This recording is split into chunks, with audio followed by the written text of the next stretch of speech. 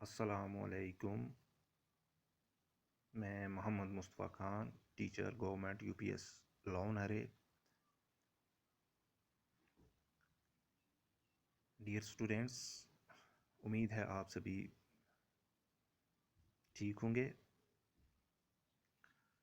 तो आज का हमारा सब्जेक्ट ज्योग्राफी है और क्लास हमारी 7th है। टॉपिक हमारा आज का कंपोनेंट्स ऑफ एनवायरनमेंट है। जैसा कि हमने पिछले सेशन में एनवायरनमेंट के बारे में पढ़ा था, तो आज हम कंपोनेंट्स ऑफ एनवायरनमेंट पढ़ेंगे। तो देखिए, place, people, things and nature that surround any living organism is called environment।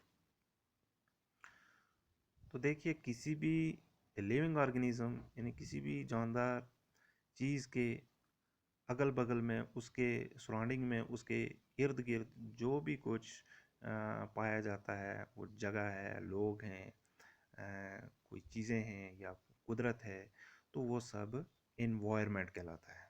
ठीक है। तो अब हमारे पास यहाँ नेचुरल इन्वायरमेंट है। कंपोनेंट है क्या? Natural environment.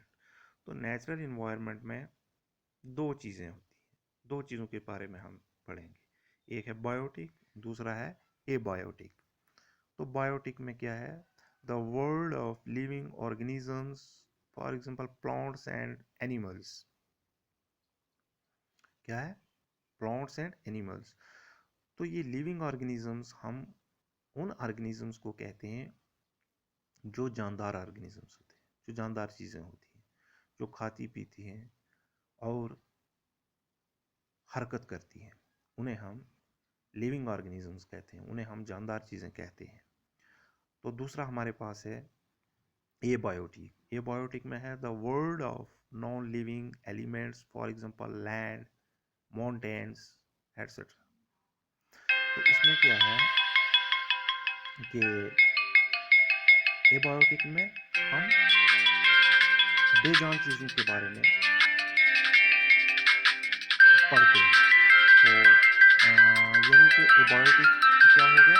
बेजान चीज़ें होती हैं, जैसे ज़मीन हो गई, पहाड़ हो गए, क्योंकि ये ना ही तो खाते पीते हैं और ना ही हरकत करते हैं, इसलिए इनको एबायोटिक कहते हैं, नॉन लिविंग एलिमेंट्स कहते हैं। क्या कहते हैं? Non living elements. तो अब इसके बाद हमारे पास ह्यूमन इन्वायरमेंट है। Human environment. तो ह्यूमन इन्वायरमेंट में क्या रहता है? देखिए, ये इसमें आता है activities, creations and interaction among human beings. इसमें क्या होता है कि ह्यूमन बीइंग्स की जो भी एक्टिविटीज़ रहती हैं, जो भी ह्यूमन बीइंग्स कुछ भी क्रिएट करता है, उसकी जो क्रिएशंस होती हैं, जैसे कि ह्यूमन बीइंग्स कुछ बिल्डिंग्स बनाता है, कुछ बनाता है बिल्डिंग्स, या उसको डिस्ट्रॉय करता है, डिस्ट्रक्शन करता है, या ह्यूमन बीइंग्स जो हैं अदर ह्यूमन बीइंग्स के साथ इंटरेक्ट होते हैं। तो ये सब ह्यूमन इन्वायरमेंट में आता है।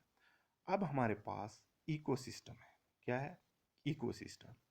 तो a system formed by the interaction of all living organisms each other and with physical and chemical factors of the environment in which they live, all linked by transfer of energy and material।